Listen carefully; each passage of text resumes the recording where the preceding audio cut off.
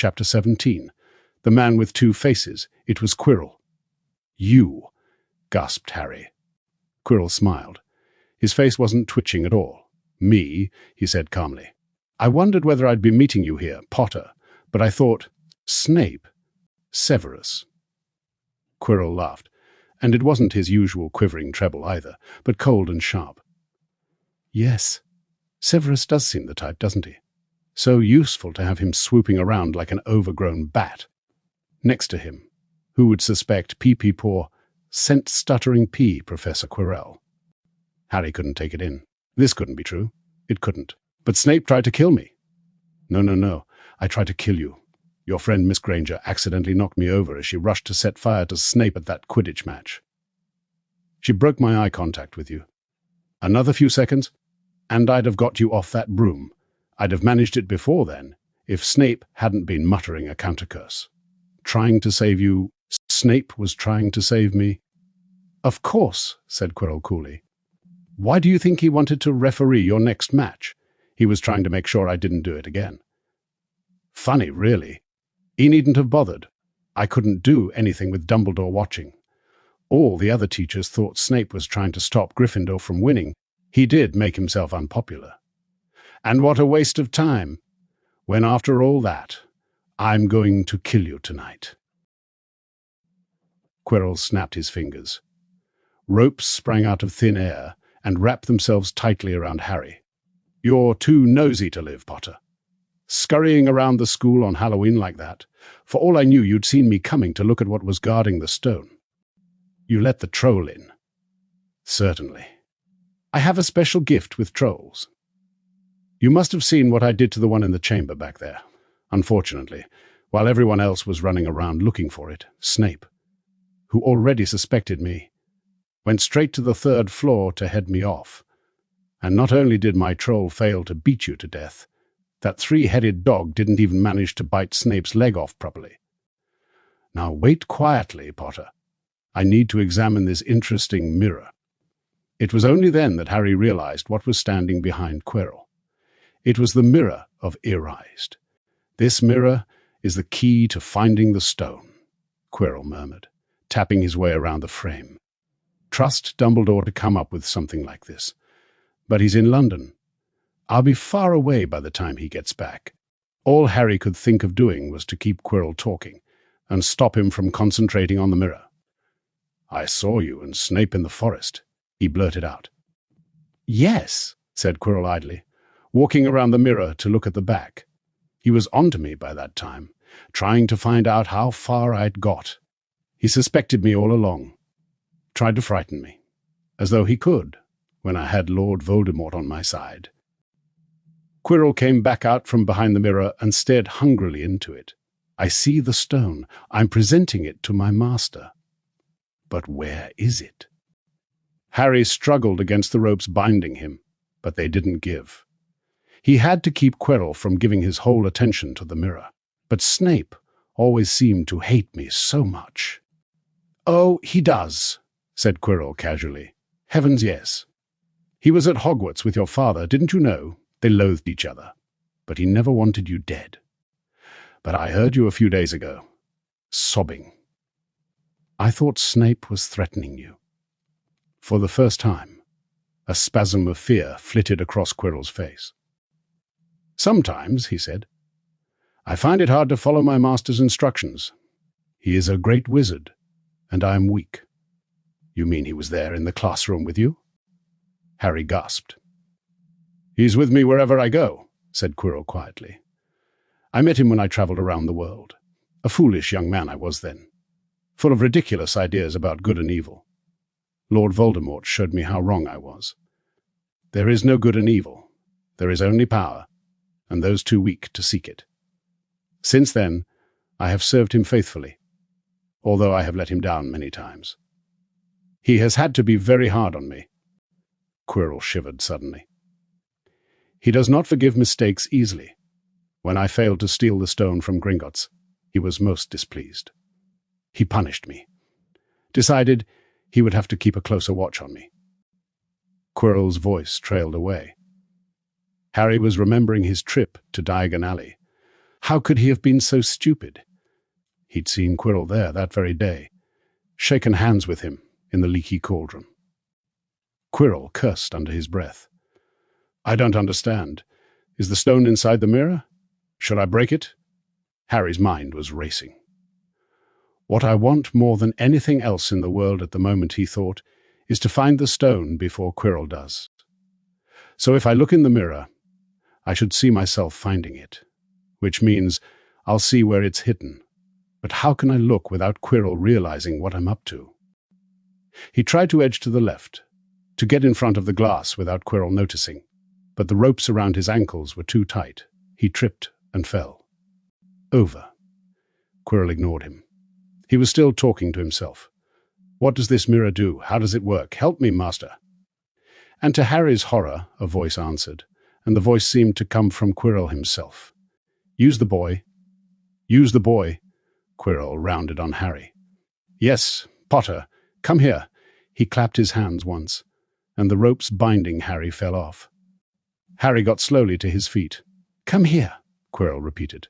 Look in the mirror, and tell me what you see. Harry walked toward him. I must lie, he thought desperately. I must look and lie about what I see, that's all. Quirrell moved close behind him. Harry breathed in the funny smell that seemed to come from Quirrell's turban. He closed his eyes, stepped in front of the mirror, and opened them again. He saw his reflection, pale and scared-looking at first.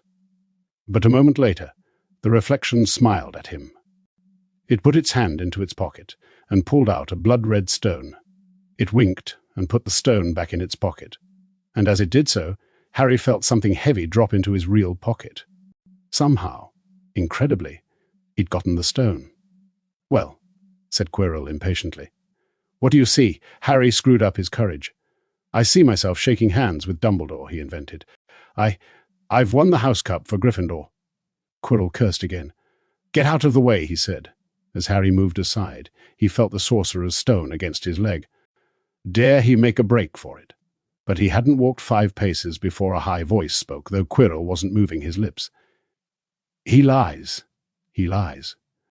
Potter, come back here, Quirrell shouted. Tell me the truth. What did you just see?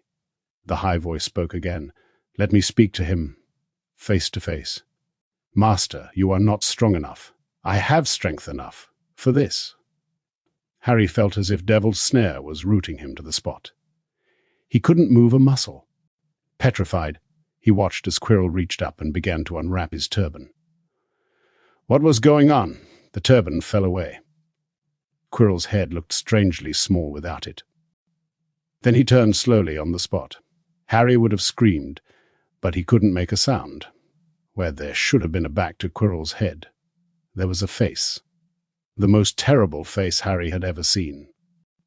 It was chalk white with glaring red eyes and slits for nostrils like a snake. Harry Potter, it whispered. Harry tried to take a step backward, but his legs wouldn't move. See what I have become, the face said. Mere shadow and vapor. I have form only when I can share another's body. But there have always been those willing to let me into their hearts and minds. Unicorn blood has strengthened me these past weeks. You saw faithful Quirrell drinking it for me in the forest. And once I have the elixir of life, I will be able to create a body of my own. Now, why don't you give me that stone in your pocket? So he knew. The feeling suddenly surged back into Harry's legs. He stumbled backward. Don't be a fool, snarled the face. Better save your own life and join me, or you'll meet the same end as your parents. They died begging. Me for mercy. Liar! Harry shouted suddenly. Quirrell was walking backward at him so that Voldemort could still see him. The evil face was now smiling. How touching, it hissed. I always value bravery. Yes, boy, your parents were brave. I killed your father first, and he put up a courageous fight. But your mother needn't have died. She was trying to protect. Now give me the stone, unless you want her to have died in vain. Never. Harry sprang toward the flame door, but Voldemort screamed, Seize him. And the next second, Harry felt Quirrell's hand close on his wrist. At once, a needle-sharp pain seared across Harry's scar. His head felt as though it was about to split in two. He yelled, struggling with all his might, and to his surprise, Quirrell let go of him. The pain in his head lessened. He looked around wildly to see where Quirrell had gone, and saw him hunched in pain, looking at his fingers. They were blistering before his eyes. "Seize him! Seize him!" shrieked Voldemort again, and Quirrell lunged, knocking Harry clean off his feet, landing on top of him, both hands around Harry's neck. Harry's scar was almost blinding him with pain, yet he could see Quirrell howling in agony. "Master, I cannot hold him.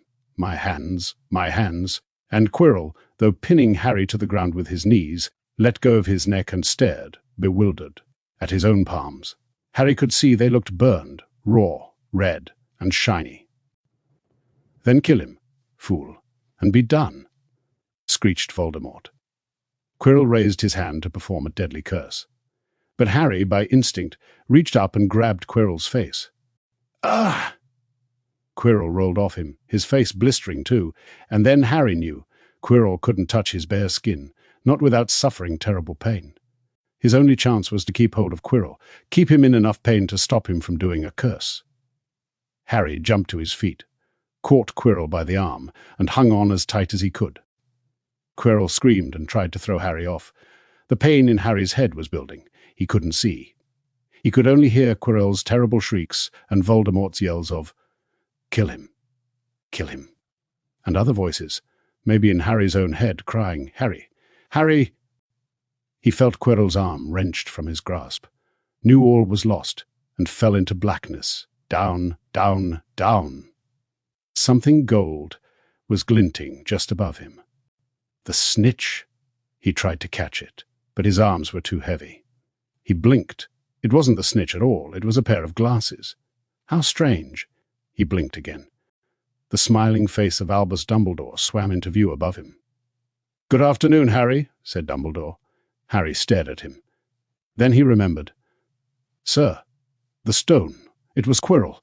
He's got the stone." "Sir, quick, calm yourself, dear boy. You are a little behind the times," said Dumbledore. "Quirrell does not have the stone.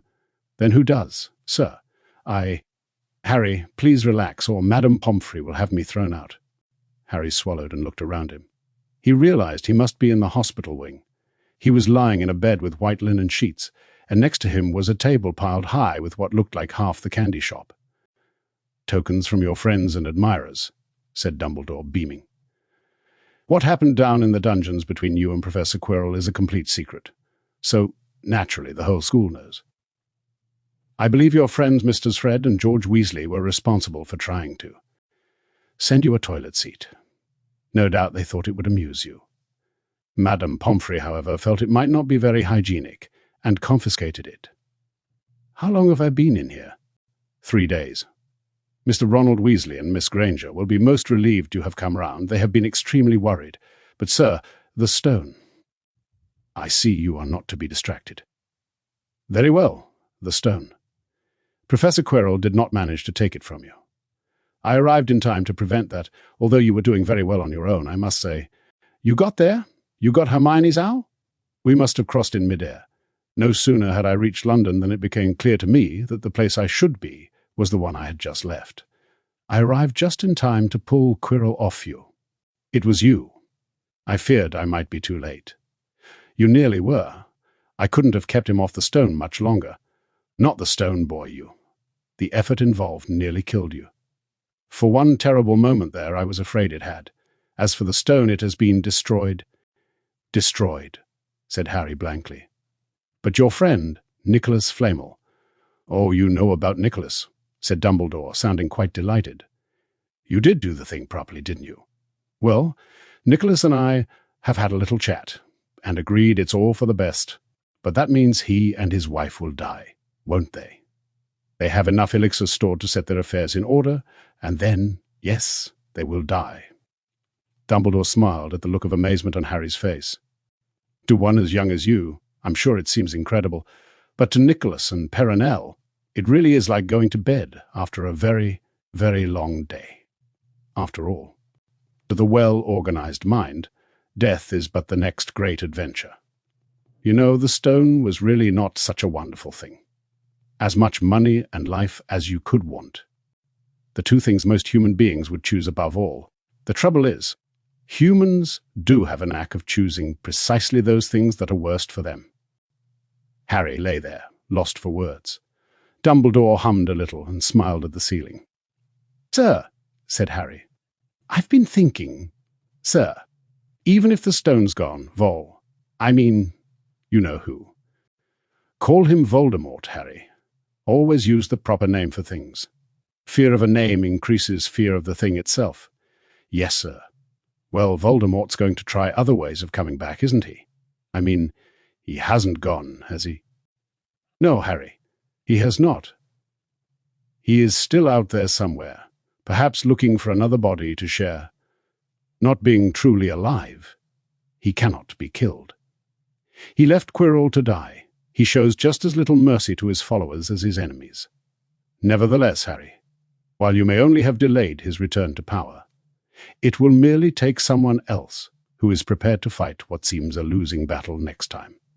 And if he is delayed again, and again, why, he may never return to power." Harry nodded, but stopped quickly, because it made his head hurt. Then he said, "Sir, there are some other things I'd like to know, if you can tell me. Things I want to know the truth about." "The truth?" Dumbledore sighed. "It is a beautiful and terrible thing, and should therefore be treated with great caution. However, I shall answer your questions, unless I have a very good reason not to. In which case I beg you'll forgive me. I shall not, of course, lie." "Well, Voldemort said that he only killed my mother because she tried to stop him from killing me, but why would he want to kill me in the first place?" Dumbledore sighed very deeply this time. "Alas, the first thing you ask me, I cannot tell you. Not today, not now. You will know one day. Put it from your mind for now, Harry. When you are older, I know you hate to hear this. When you are ready, you will know." And Harry knew it would be no good to argue. "But why couldn't Quirrell touch me?" "Your mother died to save you. If there is one thing Voldemort cannot understand, it is love. He didn't realize that love as powerful as your mother's for you leaves its own mark. Not a scar, no visible sign to have been loved so deeply. Even though the person who loved us is gone, will give us some protection forever. It is in your very skin. Quirrell, full of hatred, greed, and ambition, sharing his soul with Voldemort, could not touch you for this reason. It was agony to touch a person marked by something so good." Dumbledore now became very interested in a bird out on the windowsill, which gave Harry time to dry his eyes on the sheet. When he had found his voice again, Harry said, "And the invisibility cloak. Do you know who sent it to me?" "Ah, your father happened to leave it in my possession, and I thought you might like it." Dumbledore's eyes twinkled. "Useful things. Your father used it mainly for sneaking off to the kitchens to steal food when he was here. And there's something else. Fire away." Quirrell said Snape. "Professor Snape, Harry." "Yes, him. Quirrell said he hates me because he hated my father." "Is that true?" "Well, they did rather detest each other. Not unlike yourself and Mr. Malfoy. And then, your father did something Snape could never forgive." "What?" "He saved his life." "What?" "Yes," said Dumbledore dreamily. "Funny. The way people's minds work, isn't it? Professor Snape couldn't bear being in your father's debt. I do believe he worked so hard to protect you this year because he felt that would make him, and your father even. Then he could go back to hating your father's memory in peace." Harry tried to understand this, but it made his head pound, so he stopped. "And sir, there's one more thing. Just the one. How did I get the stone out of the mirror?" "Ah, now, I'm glad you asked me that. It was one of my more brilliant ideas, and between you and me that's saying something. You see, only one who wanted to find the stone, find it but not use it, would be able to get it. Otherwise they'd just see themselves making gold or drinking elixir of life. My brain surprises even me sometimes. Now enough questions. I suggest you make a start on these sweets." "Ah!" Bertie Bott's every flavor beans. "I was unfortunate enough in my youth to come across a vomit-flavored one, and since then I'm afraid I've rather lost my liking for them. But I think I'll be safe with a nice toffee, don't you?" He smiled and popped the golden brown bean into his mouth. Then he choked and said, "Alas! Earwax!" Madame Pomfrey, the nurse, was a nice woman, but very strict. "Just 5 minutes," Harry pleaded. You let Professor Dumbledore in. Well, of course, that was the headmaster, quite different. You need rest. I am resting. Look, lying down and everything. Oh, go on, Madame Pomfrey. Oh, very well, she said. But 5 minutes only, and she let Ron and Hermione in. Harry? Hermione looked ready to fling her arms around him again, but Harry was glad she held herself in as his head was still very sore. Oh, Harry, we were sure you were going to. Dumbledore was so worried. The whole school's talking about it, said Ron. What really happened? It was one of those rare occasions when the true story is even more strange and exciting than the wild rumors. Harry told them everything. Quirrell, the mirror, the stone, and Voldemort. Ron and Hermione were a very good audience. They gasped in all the right places. And when Harry told them what was under Quirrell's turban, Hermione screamed out loud. So the stone's gone, said Ron finally. Flemmel's just going to die. That's what I said. But Dumbledore thinks that... What was it? To the well-organized mind, death is but the next great adventure. I always said he was off his rocker, said Ron, looking quite impressed at how crazy his hero was. So what happened to you two? Said Harry. Well, I got back all right, said Hermione. I brought Ron round. That took a while. And we were dashing up to the owlery to contact Dumbledore when we met him in the entrance hall. He already knew. He just said, Harry's gone after him, hasn't he? And hurtled off to the 3rd floor. Do you think he meant you to do it? Said Ron. Sending you your father's cloak and everything. Well, Hermione exploded, if he did. I mean to say, that's terrible. You could have been killed. No, it isn't, said Harry thoughtfully. He's a funny man, Dumbledore. I think he sort of wanted to give me a chance. I think he knows more or less everything that goes on here, you know. I reckon he had a pretty good idea we were going to try, and instead of stopping us, he just taught us enough to help. I don't think it was an accident he let me find out how the mirror worked. It's almost like he thought I had the right to face Voldemort if I could. Yeah, Dumbledore's off his rocker, all right, said Ron proudly. Listen, you've got to be up for the end-of-year feast tomorrow. The points are all in, and Slytherin won, of course. You missed the last Quidditch match. We were steamrollered by Ravenclaw without you. But the food will be good. At that moment, Madame Pomfrey bustled over. You've had nearly 15 minutes now out, she said firmly. After a good night's sleep, Harry felt nearly back to normal. I want to go to the feast, he told Madame Pomfrey as she straightened his many candy boxes. I can, can't I? Professor Dumbledore says you are to be allowed to go, she said sniffily, as though in her opinion Professor Dumbledore didn't realize how risky feasts could be. And you have another visitor. Oh, good, said Harry. Who is it? Hagrid sidled through the door as he spoke. As usual when he was indoors, Hagrid looked too big to be allowed. He sat down next to Harry, took one look at him, and burst into tears. It's all my ruddy fault, he sobbed, his face in his hands. I told the evil git how to get past Fluffy. I told him it was the only thing he didn't know, and I told him. Yea, could have died. All for a dragon egg. I'll never drink again. I should be chucked out and made to live as a muggle. Hagrid, said Harry, shocked to see Hagrid shaking with grief and remorse, great tears leaking down into his beard. Hagrid, he'd have found out somehow. This is Voldemort we're talking about. He'd have found out even if you hadn't told him. Yea, could have died, sobbed Hagrid.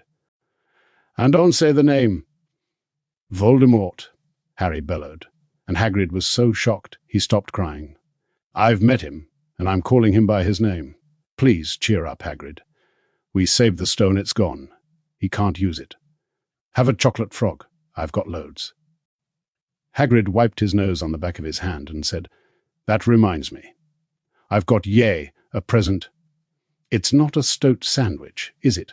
Said Harry anxiously, and at last Hagrid gave a weak chuckle. Nah. Dumbledore gave me the day off yesterday to fix it. Course, he should have sacked me instead. Anyway, got this. It seemed to be a handsome, leather-covered book. Harry opened it curiously. It was full of wizard photographs. Smiling and waving at him from every page were his mother and father. Sent owls off to all your parents' old school friends, asking for photos. Knew ye didn't have any. Do you like it? Harry couldn't speak, but Hagrid understood. Harry made his way down to the end-of-year feast alone that night. He had been held up by Madame Pomfrey's fussing about, insisting on giving him one last check-up, so the great hall was already full. It was decked out in the Slytherin colours of green and silver to celebrate Slytherin's winning the House Cup for the 7th year in a row. A huge banner showing the Slytherin serpent covered the wall behind the high table. When Harry walked in, there was a sudden hush, and then everybody started talking loudly at once. He slipped into a seat between Ron and Hermione at the Gryffindor table and tried to ignore the fact that people were standing up to look at him. Fortunately, Dumbledore arrived moments later. The babble died away. "Another year gone," Dumbledore said cheerfully, "and I must trouble you with an old man's wheezing waffle before we sink our teeth into our delicious feast. What a year it has been. Hopefully your heads are all a little fuller than they were. You have the whole summer ahead to get them nice and empty before next year starts. Now, as I understand it, the House Cup here needs awarding, and the points stand thus. In 4th place, Gryffindor, with 312 points. In 3rd, Hufflepuff, with 352. Ravenclaw has 426, and Slytherin, 472. A storm of cheering and stamping broke out from the Slytherin table. Harry could see Draco Malfoy banging his goblet on the table. It was a sickening sight. Yes, well done, Slytherin," said Dumbledore. "However, recent events must be taken into account." The room went very still. The Slytherin's smiles faded a little. "Ahem," said Dumbledore. "I have a few last-minute points to dish out. Let me see. Yes. First, to Mr. Ronald Weasley." Ron went purple in the face. He looked like a radish with a bad sunburn. "For the best-played game of chess Hogwarts has seen in many years. I award Gryffindor House 50 points. Gryffindor cheers nearly raised the bewitched ceiling. The stars overhead seemed to quiver. Percy could be heard telling the other prefects, "My brother. You know, my youngest brother got past MC McGonagall's giant chess set." At last there was silence again. Second, to Miss Hermione Granger. "For the use of cool logic in the face of fire, I award Gryffindor House 50 points." Hermione buried her face in her arms. Harry strongly suspected she had burst into tears. Gryffindors up and down the table were beside themselves. They were 100 points up. Third, to Mr. Harry Potter, said Dumbledore. The room went deadly quiet. For pure nerve and outstanding courage, I award Gryffindor House 60 points. The din was deafening. Those who could add up while yelling themselves hoarse knew that Gryffindor now had 472 points, exactly the same as Slytherin. They had tied for the House Cup. If only Dumbledore had given Harry just one more point. Dumbledore raised his hand. The room gradually fell silent. "There are all kinds of courage," said Dumbledore, smiling. "It takes a great deal of bravery to stand up to our enemies, but just as much to stand up to our friends. I therefore award 10 points to Mr. Neville Longbottom." Someone standing outside the Great Hall might well have thought some sort of explosion had taken place. So loud was the noise that erupted from the Gryffindor table. Harry, Ron, and Hermione stood up to yell and cheer as Neville, white with shock, disappeared under a pile of people hugging him. He had never won so much as a point for Gryffindor before. Harry, still cheering, nudged Ron in the ribs and pointed at Malfoy, who couldn't have looked more stunned and horrified if he'd just had the Bodybind curse put on him. Which means Dumbledore called over the storm of applause. For even Ravenclaw and Hufflepuff were celebrating the downfall of Slytherin.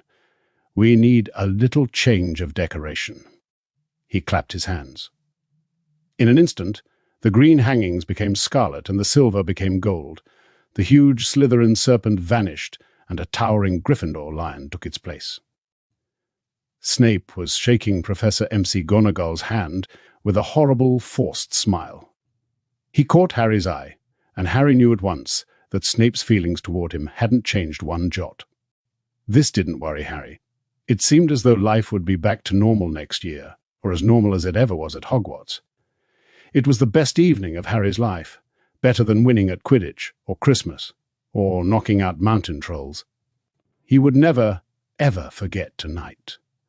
Harry had almost forgotten that the exam results were still to come, but come they did.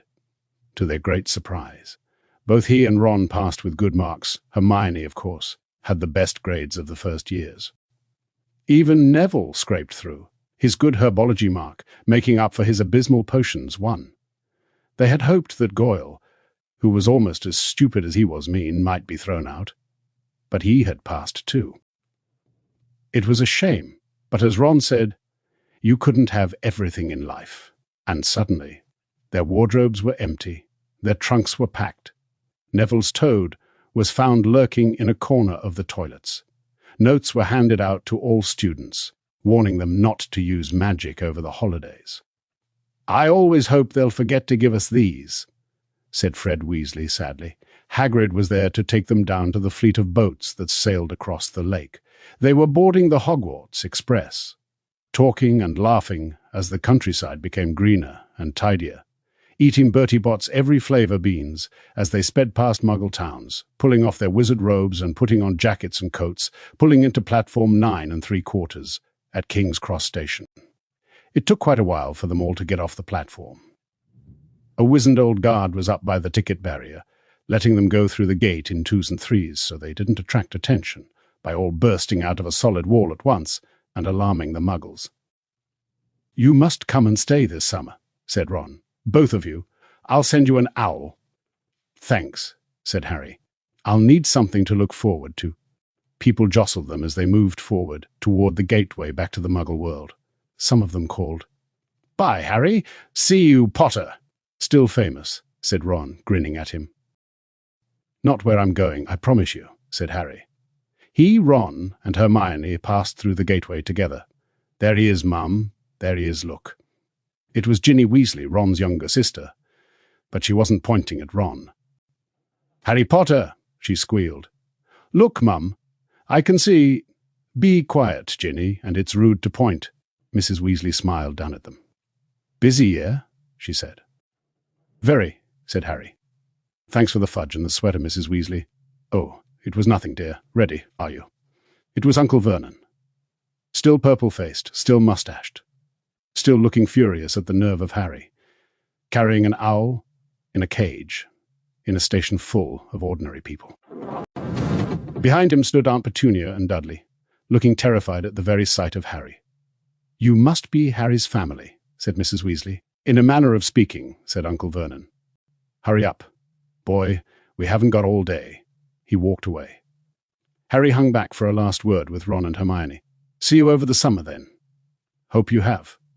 A good holiday," said Hermione, looking uncertainly after Uncle Vernon, shocked that anyone could be so unpleasant. "Oh, I will," said Harry, and they were surprised at the grin that was spreading over his face. "They don't know we're not allowed to use magic at home. I'm going to have a lot of fun with Dudley this summer.